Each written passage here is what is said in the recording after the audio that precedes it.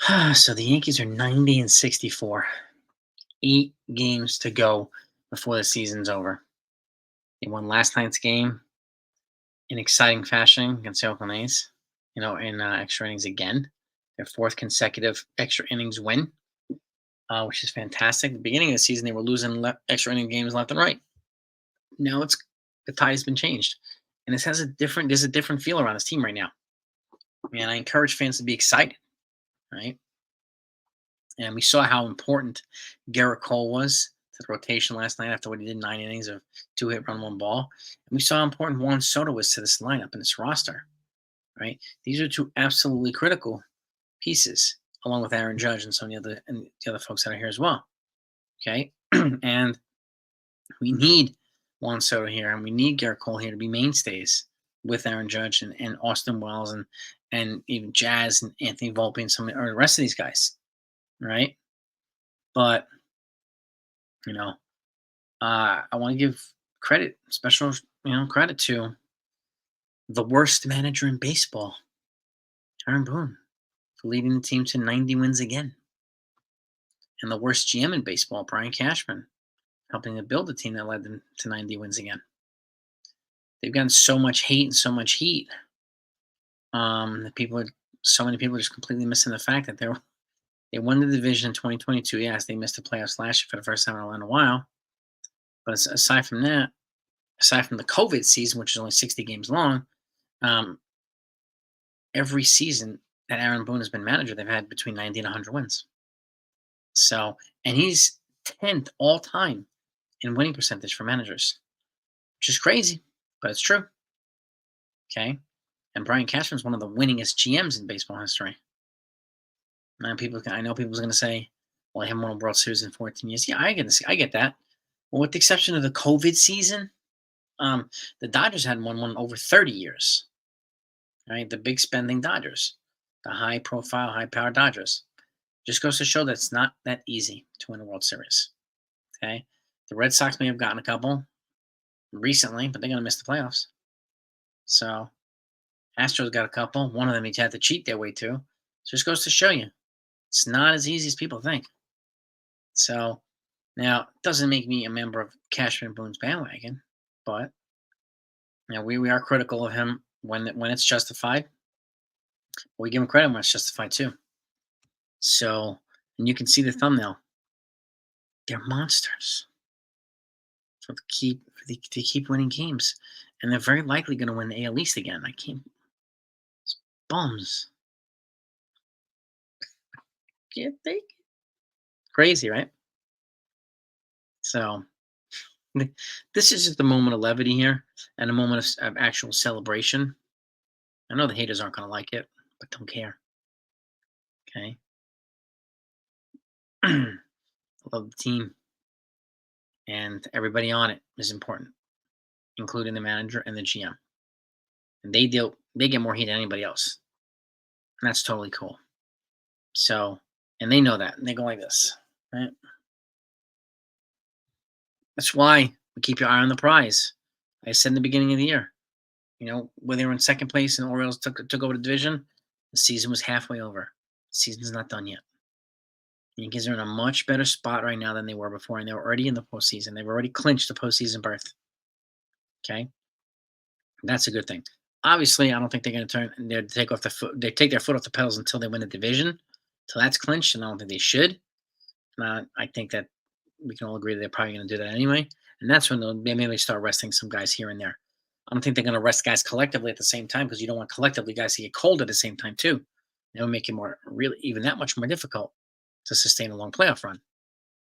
So, but special shout out to the worst manager and the worst GM in baseball, Mr. Aaron Boone, Brian Cashman.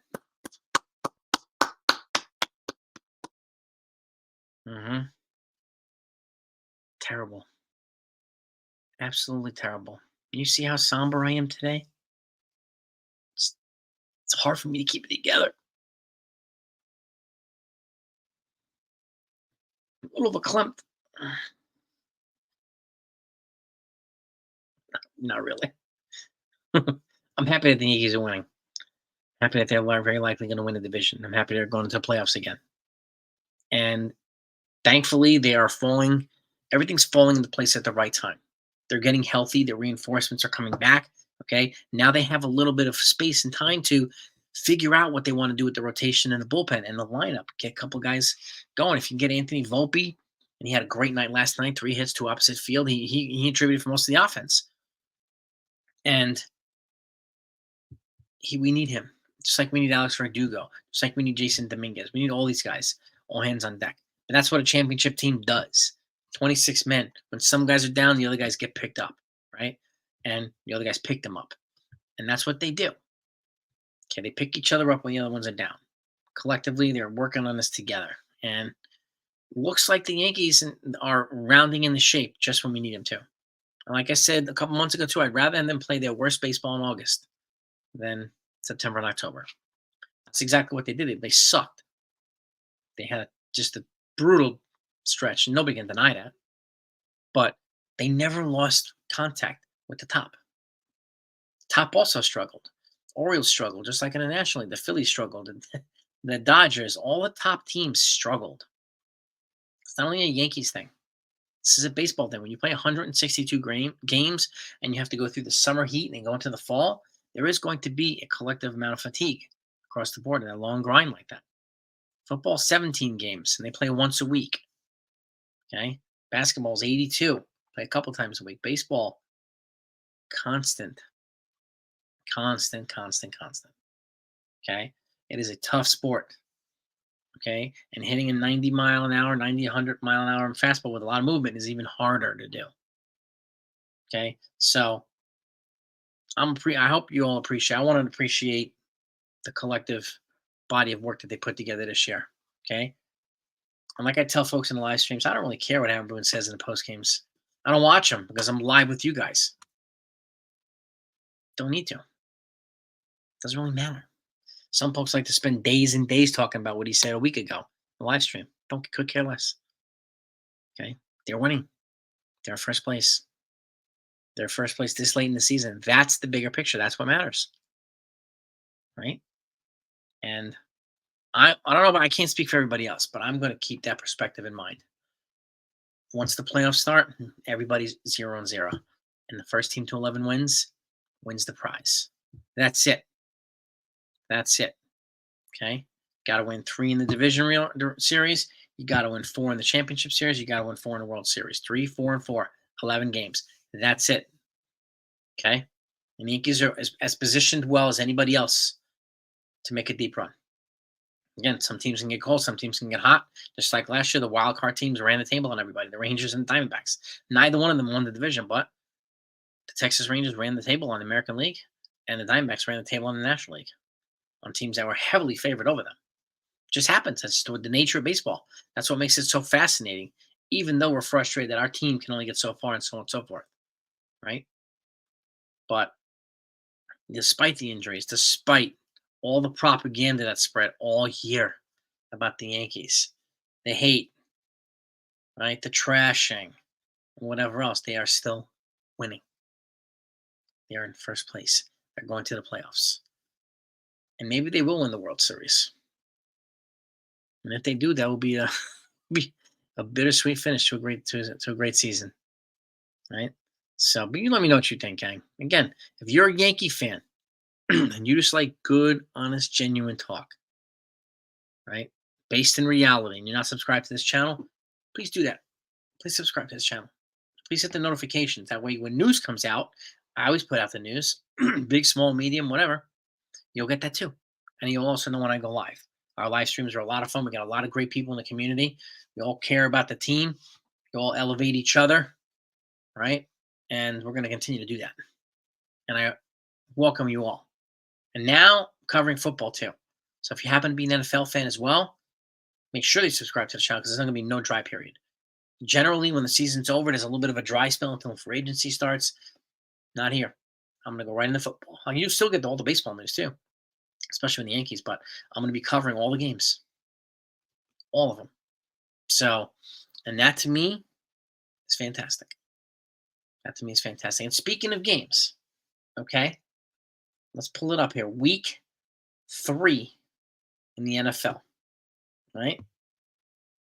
Tomorrow, you have the Giants playing the Browns in Cleveland. Cleveland's a 6.5-point favorite. And the over-under on is 38.5. I'm going to take the Giants for the win here on the under. I'm going to shock everybody and take the Giants. I don't know why the hell I'm doing it, but I am. And, then we got the Green Bay Packers in Tennessee to face the Titans. Titans are a 3-point favorite. The over-under is 37.5. I'm taking Green Bay on the over. Okay. The Chicago Bears are in Indianapolis to face the Colts. 1.5-point favorite for the Colts. The over-under is 43.5. I'm going with the Bears, and I'm going on the under. Next up, you have the Houston Texans, the upstart Houston Texans against the Minnesota Vikings. Also exciting team. Houston's 1.5-point favorite. They are in Minnesota. The over-under on this is 46 points. I'm going with Minnesota on the under, but not far. Close to 46. Then you have the Philadelphia Eagles in New Orleans to face the Saints. The New Orleans Saints are a 3-point favorite. The over-under is 49.5. I'm actually going on the over, but I'm going with the Eagles. I think the Eagles are going to rebound from their loss the other day. Okay. Then you have the LA Chargers in Pittsburgh to face the Steelers. The Pittsburgh Steelers are 2.5-point favorites. So over-under is 35. Going with the Chargers here. Harbaugh and boys on the over. On the over. Next up, you have the Denver Broncos in Tampa to face the Buccaneers and Baker Mayfield's boys. Tampa Bay is a 6.5-point favorite. The over-under this is 41 points. I'm going with the Buccaneers on the under. I think Baker Mayfield, the Buccaneers are going to continue to win some games here, I think. Okay, and then you have the Carolina Panthers versus the Las Vegas Raiders.